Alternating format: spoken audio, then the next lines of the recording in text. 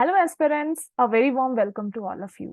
जैसे कि मैंने आपको प्रीवियस वीडियो में बोला था कि मैं आपकी स्क्रीनिंग में मदद करूंगी सो दैट आपकी स्क्रीनिंग के चांसेस इंक्रीज हो जाएं। तो उसी बात को फॉरवर्ड रखते हुए today I have come out with the new session जिसमें हम लोग स्टोरी राइटिंग के बारे में डिस्कस करेंगे। एंड स्टोरी राइटिंग डेफिनेटली आपके स्क्रीनिंग में चांसेस इंक्रीज करती है। ठीक है, so let's talk about story writing and what are the tips that can be helpful to you for writing the story for PPDT। ठीक है। मैंने ये वाली पिक्चर आपको कल भी शो की थी कि आपको किस तरीके की पीपीडीटी के लिए शीट मिलती है जिसमें आपको सारी डिटेल्स फिल अप करनी पड़ती है। फॉर एग्जांपल, आपके एसएसबी का नंबर क्या है, आपका बैच नंबर क्या है, your chest number, name, age and date. I hope ये शीट आप सबको क्लियर है। ये +23M, इसका मतलब भी आपको क्लियर है। अगर आपने मेरी प्रीवियस वीडियो नहीं देखी तो please firstly go there and check out the meaning of all these things that is shown in this picture. Action के बारे में भी बताया था और स्टोरी के बारे में भी बताया था। इस सेशन में भी बताऊंगी, लेकिन उसके लिए you have to watch this video till the end. First of all, आपको जब भी पिक्चर दिखाई जाती है you have to watch that picture very carefully. ठीक है, और आपको नोट क्या करना है कि what are the number of the characters shown in the picture. 2, 3, 4, how many characters are there, उनकी पोजीशंस क्या है। जैसे कि आप इस वाली शीट में देख सकते हो कि जो करेक्टर के बारे में मार्किंग की गई है, it is towards the right side of this box, which means picture में जो आपका करेक्टर है वो राइट साइड में खड़ा हुआ है और बैठा हुआ है, और the person is towards the right side of the picture. ठीक है, उनकी लोकेशन के बारे में, उनके पोजीशन के बारे में पता चलता है इसमें।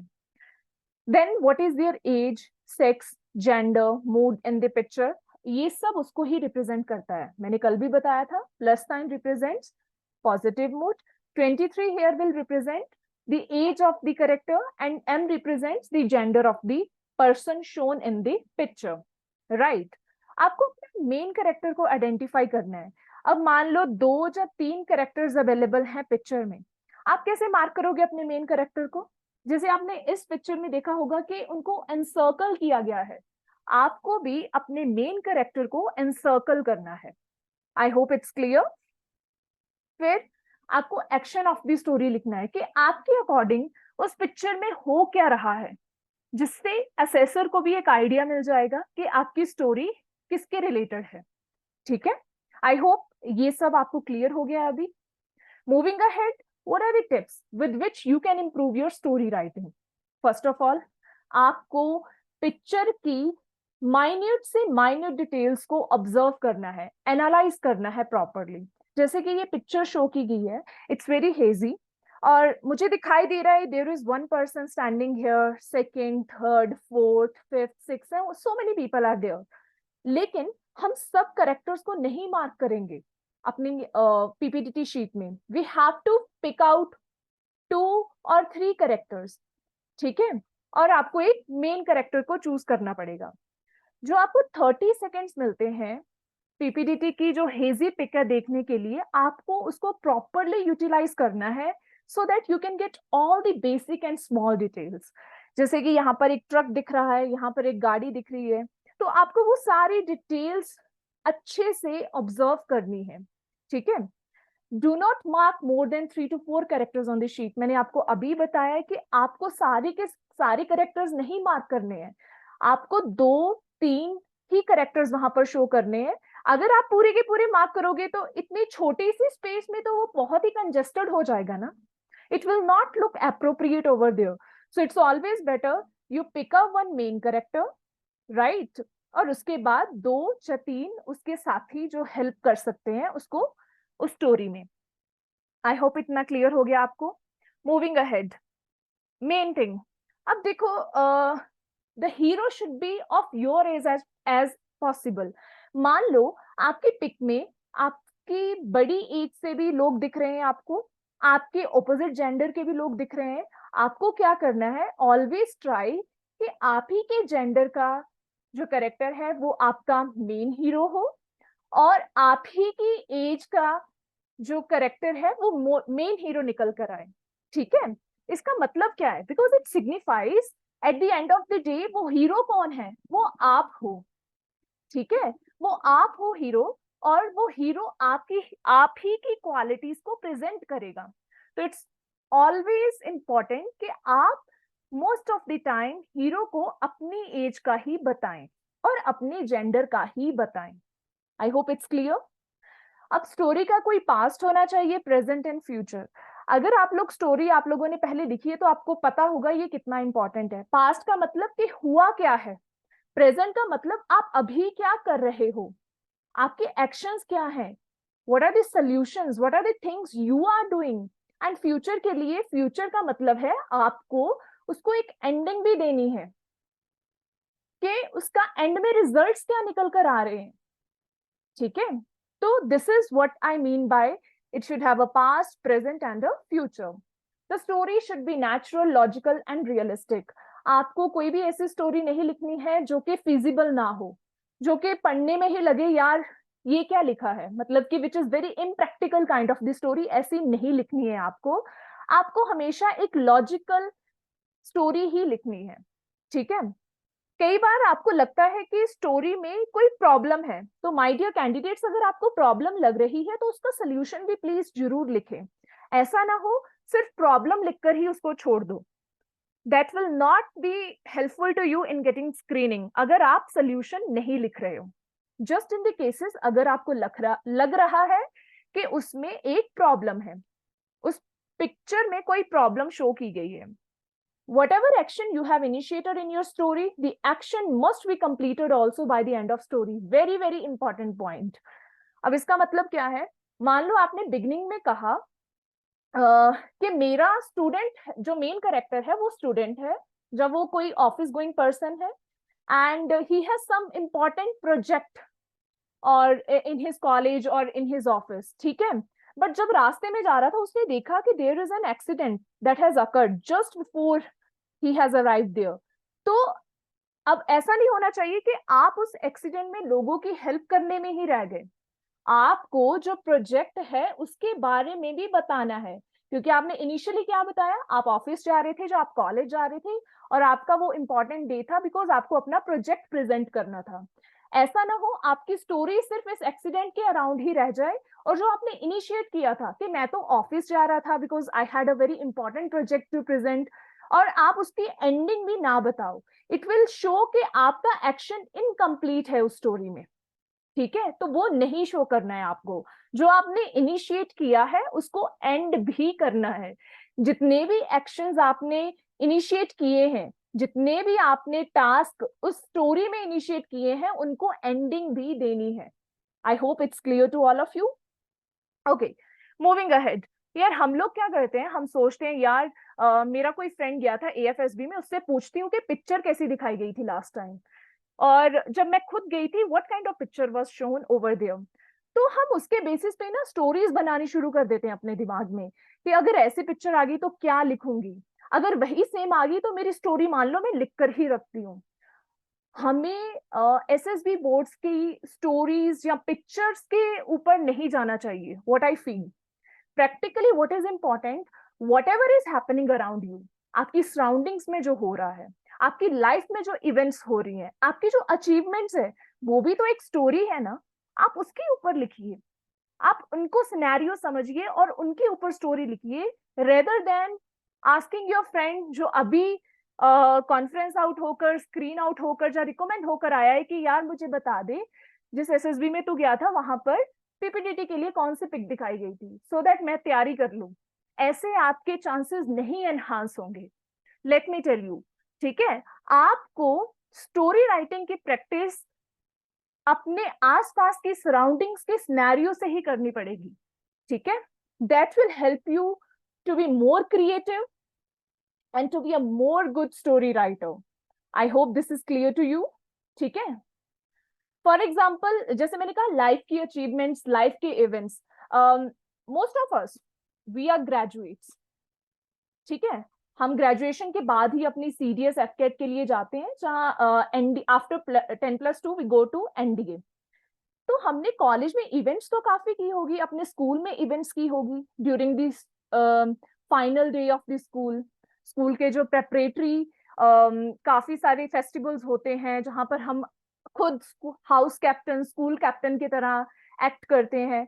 तो that events can also be helpful for writing the story. अगर आपने ग्रेजुएशन कर रखी है तो आपने यूथ फेस्टिवल की प्रेपरेशंस, उसमें क्या क्या होता है, किस तरीके से होता है, और अगर कोई खुद भी इवेंट ऑर्गेनाइज की थी आप उसके बेसिस पर लिख सकते हो। अगर आपको लगता है कि जो पिक्चर शोन है वो आपकी लाइफ इवेंट से भी मैच कर रही है, you know, it will bring out more originality of the ideas. ठीक है, तो मेरे अकॉर्डिंग हमेशा जो पिक्चर्स है वो हमें अपनी सराउंडिंग्स के सिनेरियो से ही लेनी चाहिए, रेदर देन के यार किसी साइट से देखते हैं और उसके ऊपर लिखते हैं। अगर जो आप पिक देख रहे हो यहाँ पर राइट साइड पर, ये मैंने कल के द इंडियन एक्सप्रेस न्यूज़पेपर से उठाई है। तो मैंने वहां से ये पिक की है। And if you want you can write a story on this, you can share the same story in the comment box and I can also provide you feedback, right? तो ट्राई करो maximum story आप आसपास की surrounding से ही उठाओ, because it will be more practical, it will bring out more original and creative ideas. Okay, why to look for pictures, जैसे मैंने अभी कहा कि आसपास से, मूवी के सीन से, वहां से पिक्चर के लिए आप देखना शुरू करो, रेदर देन किसी भी फ्रेंड से जो किसी भी एसएसबी बोर्ड की पिक के लिए देखना कि यार पिक्स मिल जाएं सो दैट मेरा स्क्रीनिंग पार्ट क्लियर हो जाए। Rather than that surroundings, newspaper, movie scenes, series scenes, that will be much more helpful to you. Okay, जैसे मैंने बोला कि यार दोस्तों से पिक्चर लेने के बजाय आप अपनी जो ओरिजिन, आपकी जो लाइफ है और जो आपकी सराउंडिंग्स है वहां से पिक्स उठाओ। Why I am saying this, क्योंकि आपको अगर पता चल गया एएफएसबी में ये वाली पिक शो की गई थी, उसमें दो कैरेक्टर्स थे, थोड़ी आग लगी हुई थी, तो आप उसके अकॉर्डिंग स्टोरी सोचने लग पड़ोगे और वैसी स्टोरी ही प्रिपेयर करोगे, और जो आप सोच लोगे मैं वहां पर जाके ऐसी स्टोरी लिख लूंगा। बट असेसर्स वो काफी अब एक्सपीरियंस के बाद वहां पर आए हैं, तो don't think that you will be able to be fool them. अगर आपके माइंड में ऐसी कोई स्टोरी आ रही है, सिमिलर स्टोरी, आप लिख सकते हो, लेकिन जैसे मैंने बिगिनिंग में कहा उस पिक को बहुत ही माइन्यूटली ऑब्जर्व भी करना है, सो दैट अगर आप एक प्री कुक्ड स्टोरी लिख रहे हो तो वो उस सिनेरियो के साथ मैचअप भी करे। Otherwise, I would always suggest don't write pre-cooked story. Don't try to fit it for the picture that was shown to you. जो आपने ऑलरेडी एक स्टोरी प्रिपेयर की है उसको सोचो मैं यही स्टोरी चेप दूंगा अपने पीपीडीटी के लिए। That will not be helpful for getting screened in. ठीक है, ऐसे आप अपने स्क्रीनिंग के चांसेस को रिड्यूस करोगे। Okay, very very another important thing, don't worry if you are unable to finish the story. मेरे साथ ऐसे हुआ है कि स्टोरी नहीं कंप्लीट हुई है और आफ्टर दैट आई नो सबको टेंशन हो जाती है, यार मेरी तो स्टोरी कंप्लीट नहीं हुई। अगर आपकी स्टोरी कंप्लीट नहीं हुई है, there is no need to worry, there is the another chance which we call the story narration. क्योंकि असेसर्स भी इतने टाइम में पूरी स्टोरी नहीं पढ़ने लगे आपकी, वो तो एक्शन देखेंगे फर्स्ट ऑफ ऑल कि क्या एक्शन रिप्रेजेंट किया है। आप स्टोरी नरेशन में, अगर आपने स्टोरी राइटिंग में अपनी स्टोरी फिनिश नहीं की थी तो स्टोरी नरेशन में अपनी स्टोरी को कंप्लीट करके बताइए। ये आप कब कर सकते हो, जब मैंने कल बताया था, जब मैंने प्रीवियस वीडियो में बताया था कि there is a break between story writing and story narration. उस पीरियड में सोचो कि आपको एंडिंग कैसे देनी है, और स्टोरी नरेशन के टाइम में वो एंजाइटी मत शो करो कि मेरी स्टोरी राइटिंग में स्टोरी कंप्लीट नहीं हुई है। इंडीड, और rather I would say that confidence के साथ अपनी स्टोरी को नरेट करो और एक अच्छी एंडिंग दो उसको, एक पॉजिटिव सी एंडिंग दो उसको, right? Okay, very very important things. आप बोलोगे मैम स्टोरी राइटिंग का कितना पार्ट है, कितना वेटेज है स्क्रीनिंग में, तो मैं बोलूंगी स्क्रीनिंग में तीनों ही एक्टिविटीज का बहुत इंपॉर्टेंट रोल है। What are those three activities? Story writing, story narration and group discussion, and another activity is the OIR test. लेकिन स्टोरी राइटिंग में आपकी कौन सी OLQs, officer like qualities, check की जाती हैं? Firstly your power of expression, of writing, आप कितने क्रिएटिव हो, कितनी प्रैक्टिकली आप लिख रहे हो, ठीक है, आप किस तरीके की सिचुएशन के बारे में सोच रहे हो उस पिक्चर से, all those things they come out through your power of expression of writing, your imagination skills, your creativity, practicality, reasoning ability. These all cues they come out whenever you write your story for the PPTP. और मान लो assessor ने आपकी story completely नहीं पढ़ी है, लेकिन जब आप नरेट करोगे तब भी तो उसको ये क्वालिटीज शो होंगी ना आपके एक्शंस के through, what ever you will be speaking, that will only signify the qualities that are hidden behind those actions. तो आप जब भी अपनी स्टोरी लिखो उसको सोच समझ कर लिखो। और स्टोरी राइटिंग की प्रैक्टिस ये नहीं है कि एसएसबी हॉल में जाकर ही आपकी होगी start, no, you have to start the practice right now from today onwards, so that धीरे धीरे आपकी स्टोरी राइटिंग इंप्रूव हो जाए, ताकि कल को आपको कोई पिक्चर शो करे, यू से I can write a story on this one. I hope it's clear. So I hope that the entire idea how to enhance your chances of getting screened in with the help of story writing is clear to all of you. That's all. My dear aspirants, अगर किसी को कोई भी doubt है, कोई भी query है, तो आप कमेंट सेक्शन में लिख सकते हो। We do have our Instagram channel, SSB Fighter Not Quitter. We are there to help you out. Please also subscribe and like and share this video so that आपके दोस्त जो बार बार स्क्रीन आउट हो रहे हैं उनके लिए हेल्पफुल हो जाए। That's all for the day. Thank you so much.